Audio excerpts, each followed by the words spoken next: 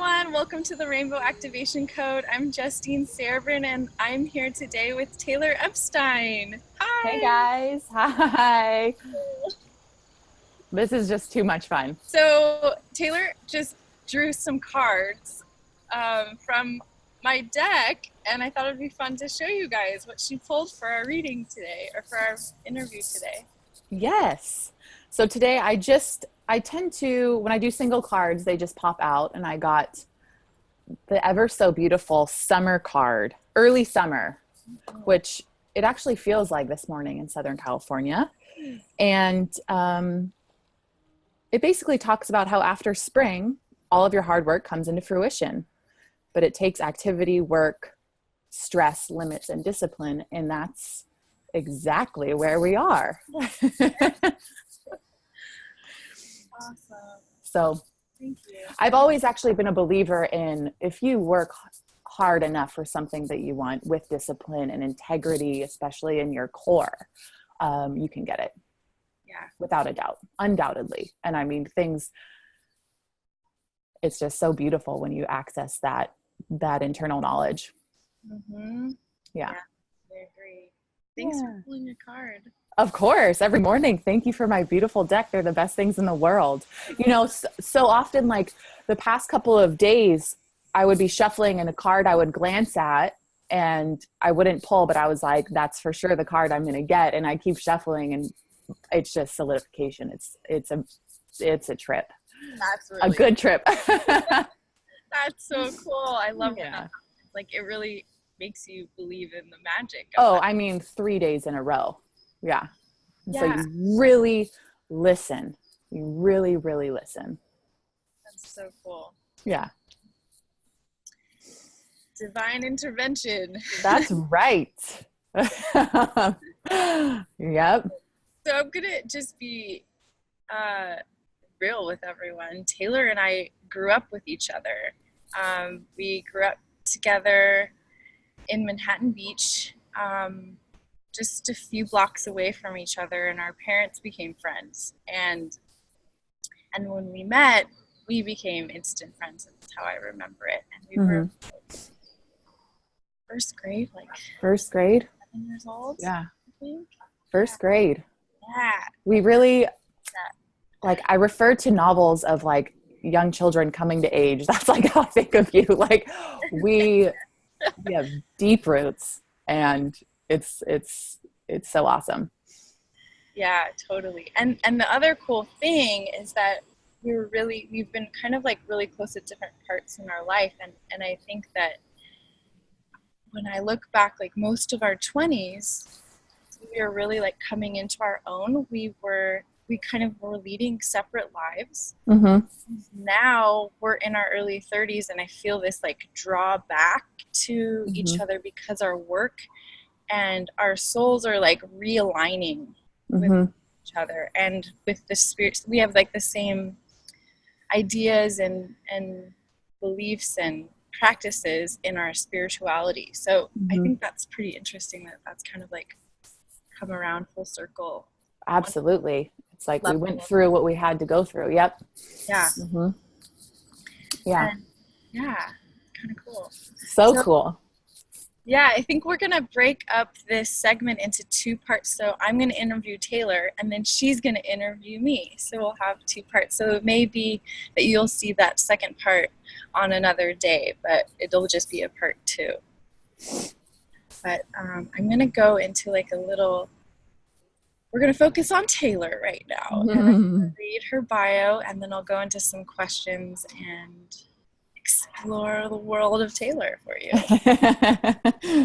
Let's see how much of the bio is still true. Okay.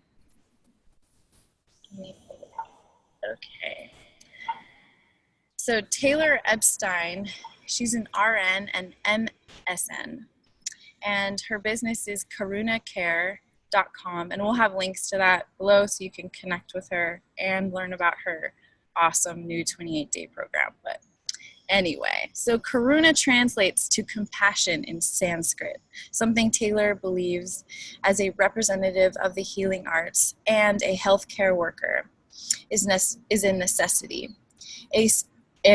Sorry. A native of Southern California and a world traveler, Taylor is a practitioner in the science and art of healing. Bear with me. A registered nurse with a master's degree in nursing, she has deep knowledge and experience in traditional medicine for healing and pain management.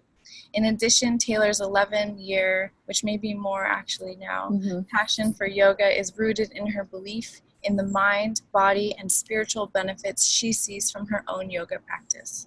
With her radiance, intuitive energy, and strength, Taylor will ultimately change the world of health and wellness, one patient, one student at a time.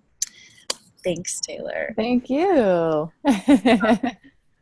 Can you tell us what your work is kind of like moving into now?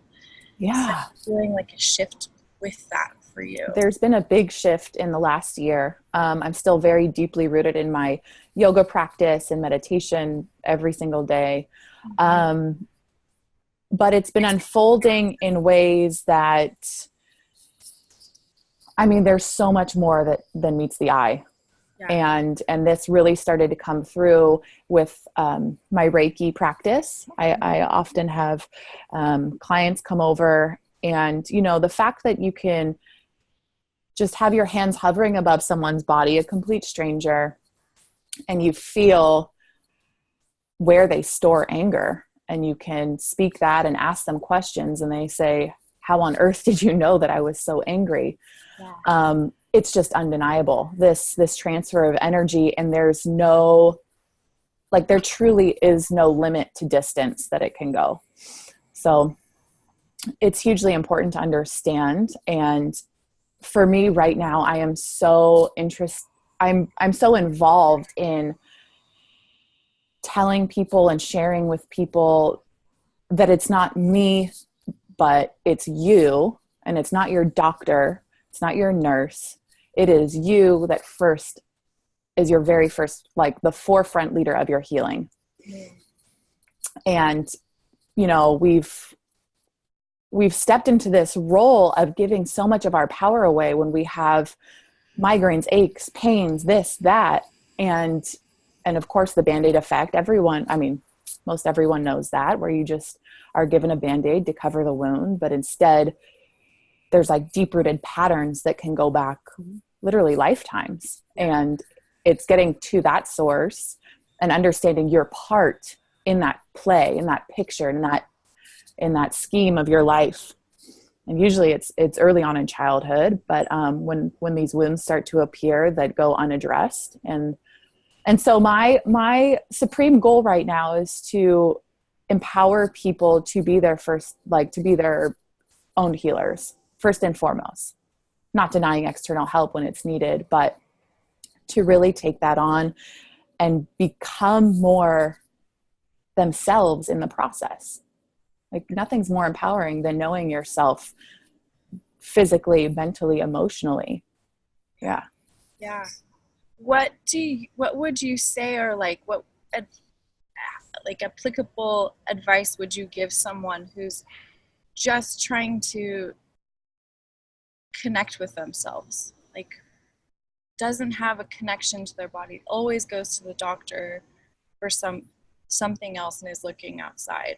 Mm-hmm. Do you think would be like one of the first things to start with? Well, the first things that I'll always start with is feel yourself in your body. Like, feel your feet supported by the floor. First and foremost, like, step into presence.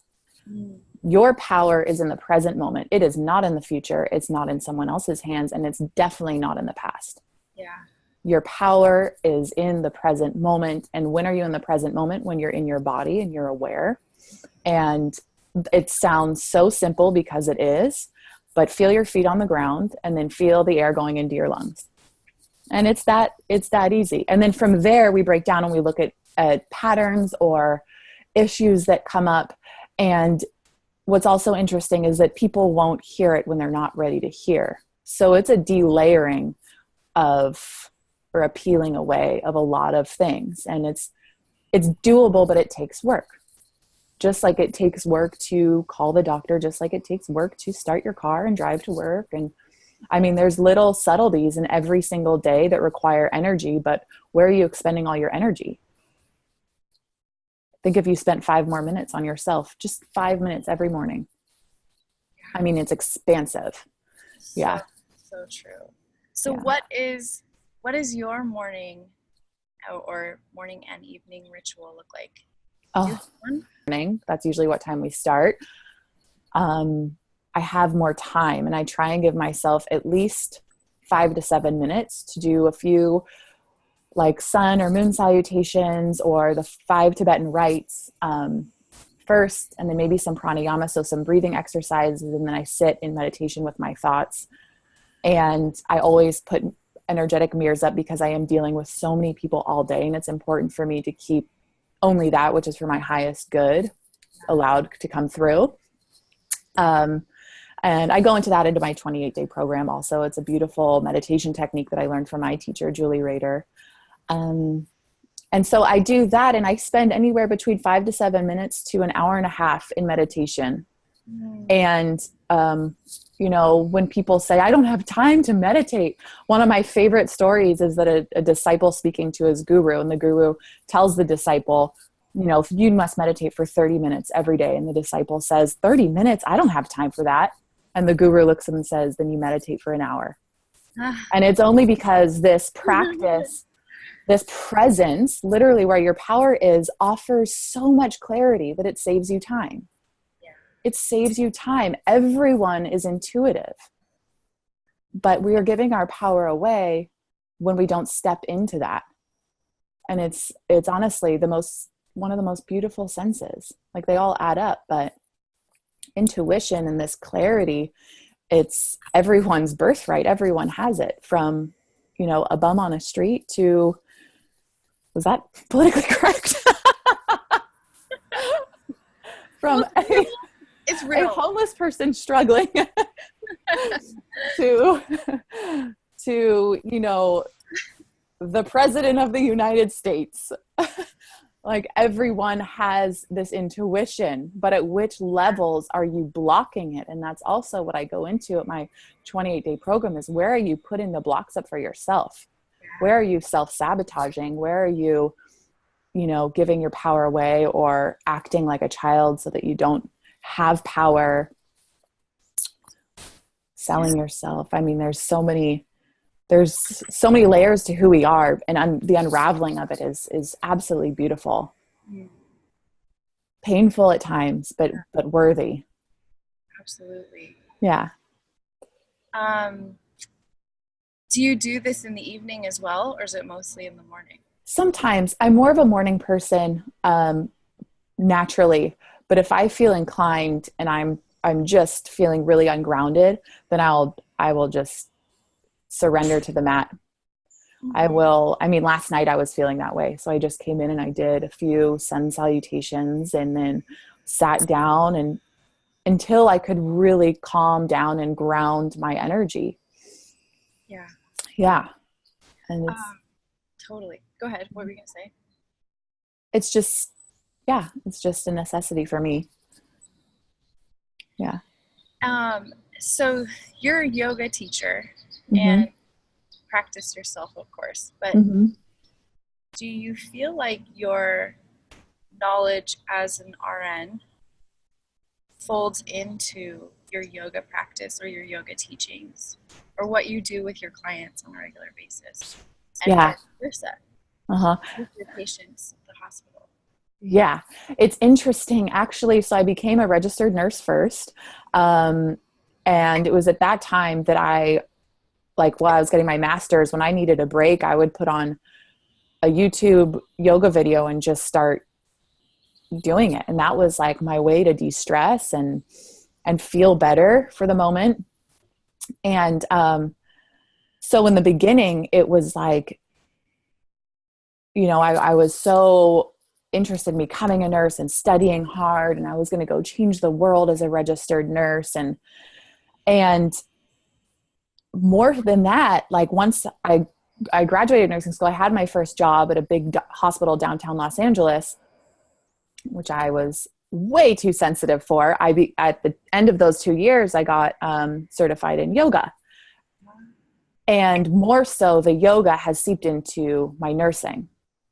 So I find myself using what I've learned in my yoga training, although they're not the asanas, the physical practice. I mean, sometimes, but I do that. It seeps more into my nursing than the nursing seeps into my yoga. I mean, the nursing goes into yoga in a way that I have got, quite an education on anatomy, physiology, pathophysiology.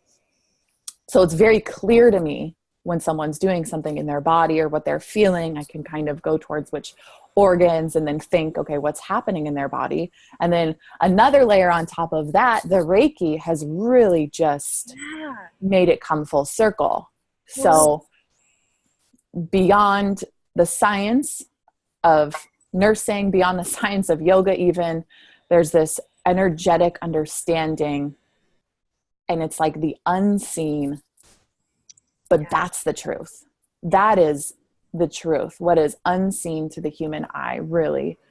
And I'm not saying, there's, of course, I'm still a registered nurse. There's definitely need for medical intervention, like a huge need, especially with the lengthening of our lives and all of this. And, of course, trauma is when people need to,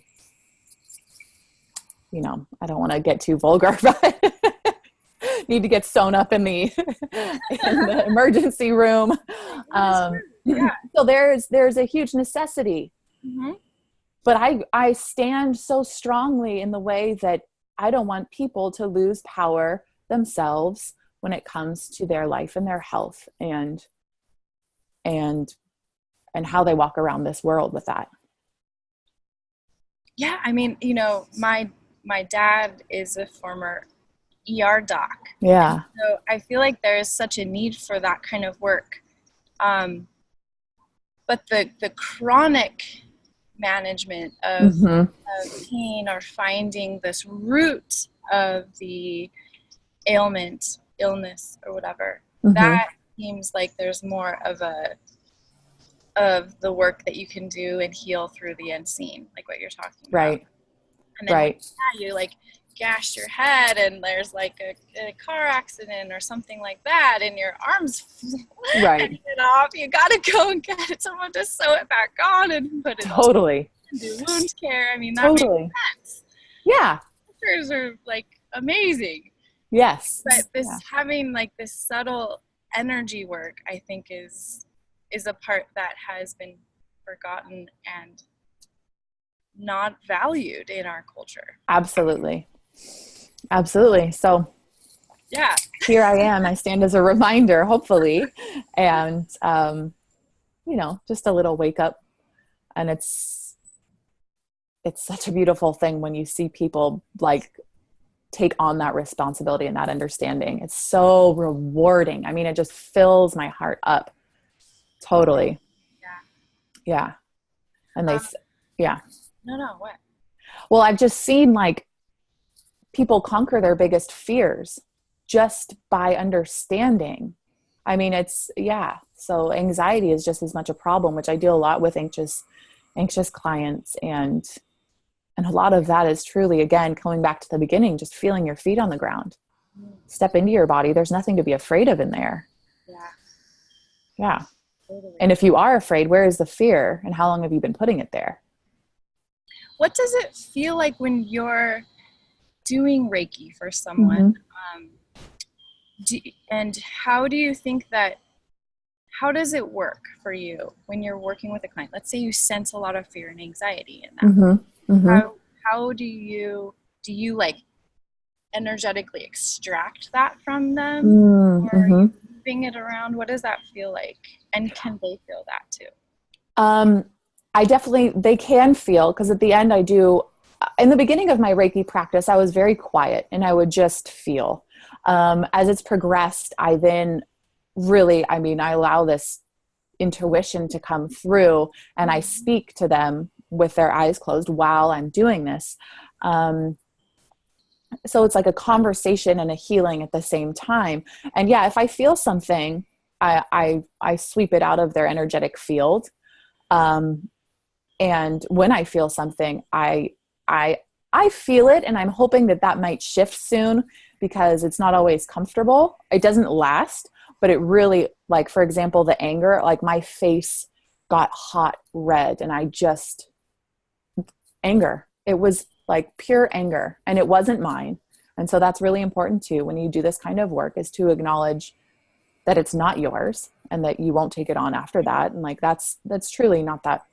That's just what it is. It's not yours. So that doesn't scare me. Or, I hand over someone's head and I get a quick little sharp pain in my head. And I said, have you been having headaches? Oh yeah, I've been having a lot of headaches, stuff like that. And then, some other, Wow. Yeah, some real deep feelings. And it could be emotional. It can be actual physical pain, right knee pain. I mean, and it's interesting. That's usually when it solidifies and they start to relax on the table, is when I speak to their pain that hasn't been addressed earlier. I just feel it, and I address it, and I speak it, and I ask them. And then it's also like, what do you think this is from? Yeah. And if they really have no clue, I'll speak to what I think it's from intuitively, because I don't know this person usually, and it just comes through, and they're able to open up on a different level and understand. And that goes to really breaking down the patterns that caused the knee pain, the headaches, the anger, for sure. Yeah. Yeah. So, Yeah. yeah. Did that answer your question? Yeah, totally. Okay. My next question is about movement and how you use movement to integrate healing or move energy out of the body. How do you use movement with yourself and clients for spiritual growth? So in my early 20s, it was a really difficult time for me. I would eat for comfort, and I would get stuck. I would not move my body. I would sit and get stuck and grow the pain, the depression, the anxiety. And it's honestly been like a decade-long work for me, coming into my body and the importance and necessity of moving your energy.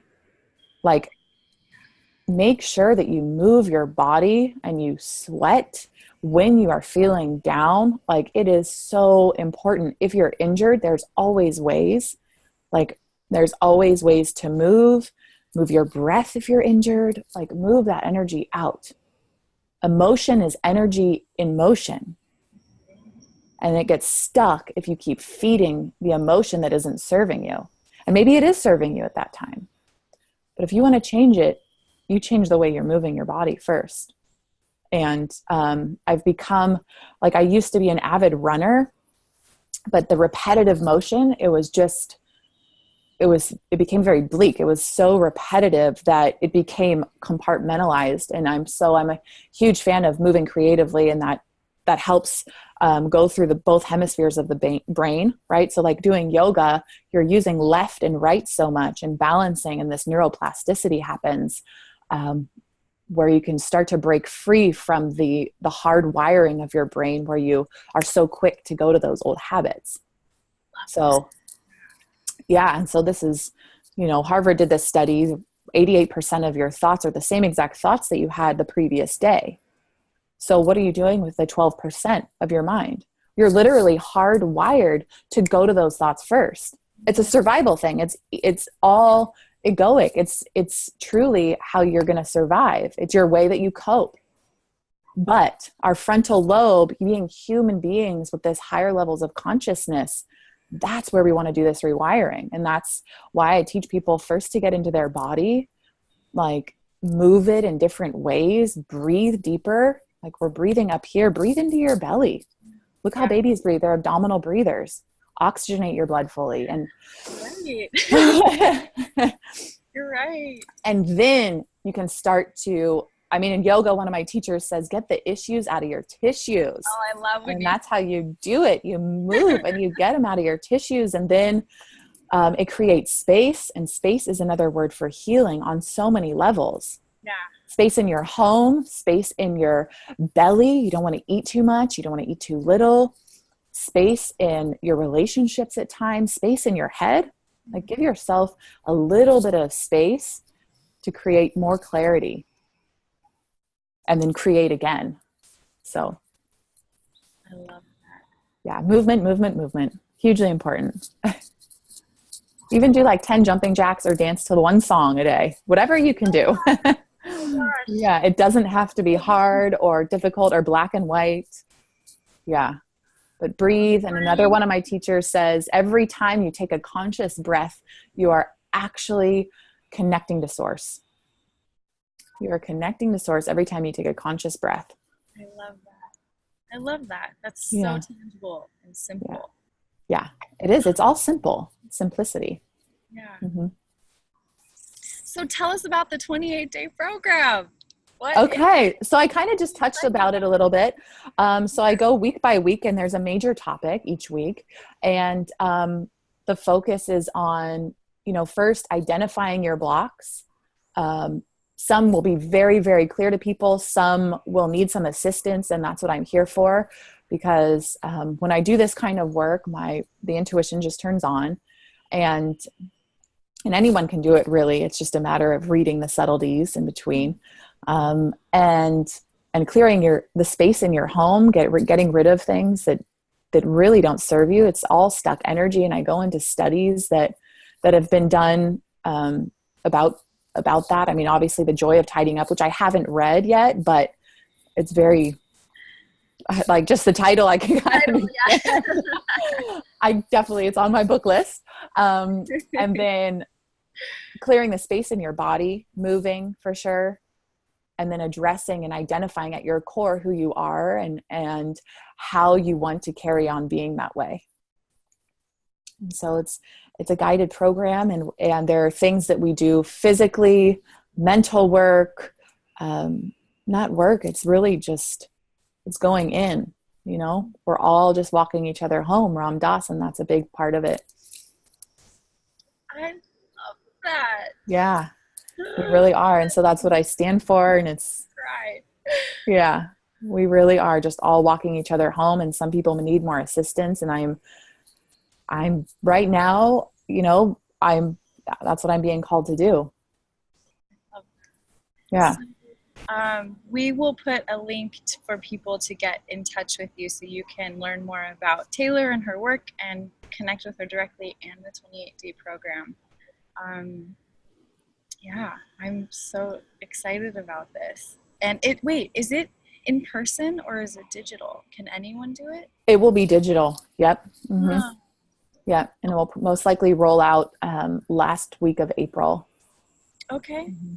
Yeah. So it will pretty much be like a beginning of May, early summer. Yep. Early summer. And I just wanted to address this card. So, so a lot of this card is about hard work and achievement and getting what you want, and having a vision. I mean, there's like a very clear eye to me in this.